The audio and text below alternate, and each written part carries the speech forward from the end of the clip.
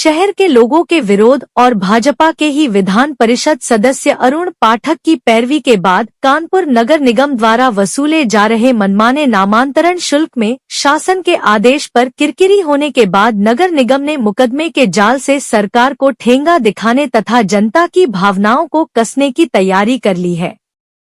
पिछले दिनों नगर निगम की एक बैठक में प्रस्ताव पास कर मुकदमे की हवाला देते हुए फिलहाल सरकार के आदेश पर अमल करने से इनकार कर दिया।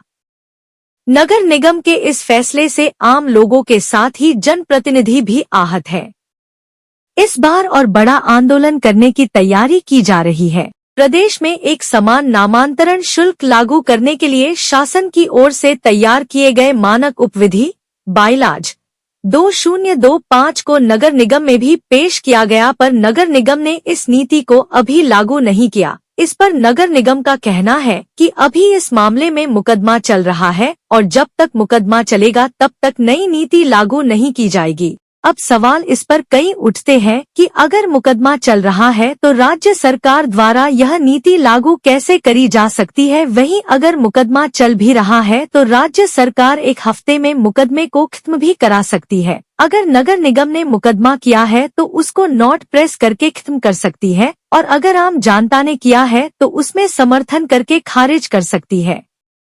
हाल ही में राज्य सरकार द्वारा एक नियम लागू किया गया जिसमें आपको बता दें कि जहां अब तक नगर निगम नामांतरण शुल्क की जो भी मकान की खरीद बेच की जो कीमत होती है उस पर 1% शुल्क लिया जाएगा। वहीं आपको बता दें कि कानपुर के माननीय विधायक MLC अरुण पाठक ने जब इसका विरोध किया, फिर उसके बाद जब ये राज्य सरकार ने इस पर एक्शन लिया तो उस पर ये बोला कि जो भी यहाँ पे नीति चल रही है वो उसको हटा के अब ये नई नीति चालू करी जाए कि जो भी मकान की खरीद परचेज होता है उसको लेकर नामांतरण शुल्क जो भी लगेगा वो 1,000 से लेके 10,000 तक लगेगा। वहीं पे अब नगर निगम का इसका कहना है कि इस पर अभी कई मुकदमे चल रहे हैं, जब तक इसके मुकदमे खत्म नहीं होंगे तब तक हम ये नई नीति लागू नहीं कर सकते, तब तक यही पुरानी नीति जो 1% वाली थी यही चलती रहेगी। इस पर हमारे साथ कानपुर कोर्ट के शैलेंद्र पांडे जी मौजूद हैं, आइए उनसे कुछ बात करते हैं।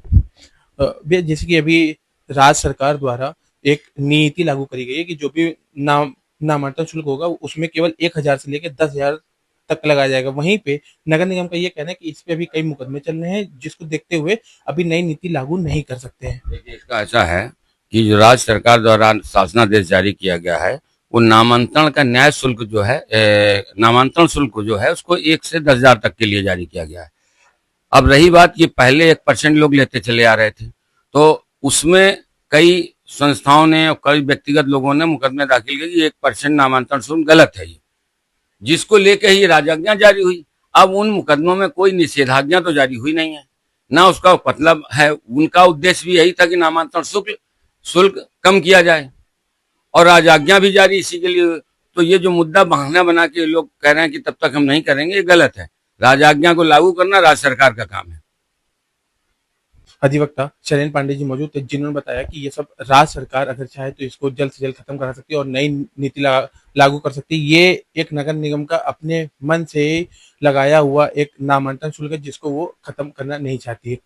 कानपुर नगर निगम द्वारा चलाया जा रहा नामांतरण शुल्क के विरोध में MLC अरुण पाठक ने काफी विरोध किया। कई चिट्ठियां राज्य सरकार को लिखी जिसको राज्य सरकार ने संज्ञान में लेते हुए है एक समान नामांतरण शुल्क शासन की ओर से तैयार किए गए मानक उपविधि बाइलाज 2025 को पास किया, जिसके अनुसार नामांतरण शुल्क केवल 1,000 से 10,000 तक ही लगेगा, क्योंकि नगर निगम द्वारा अब तक बिक्री खरीद की कीमत पर 1% नामांतरण शुल्क लगाया जाता था, जबकि प्रदेश के और अन्य शहरों में 1,000 से 10,000 तक नामांतरण शुल्क वाली नीति अपनाई जा रही है। कानपुर नगर निगम की 1% वाली नामांतरण शुल्क वाली नीति अब एक प्रकार से बहुत ही बड़ा मुद्दा बन चुका है। जैसे कि इस पर राज्य सरकार ने भी ध्यान देते हुए बोला है कि जो ये नीति है इसको खारिज करके एक नई नीति लाई जाए जो पूरे प्रदेश भर में चल रही है कि 1,000 से लेकर 10,000 रुपए तक की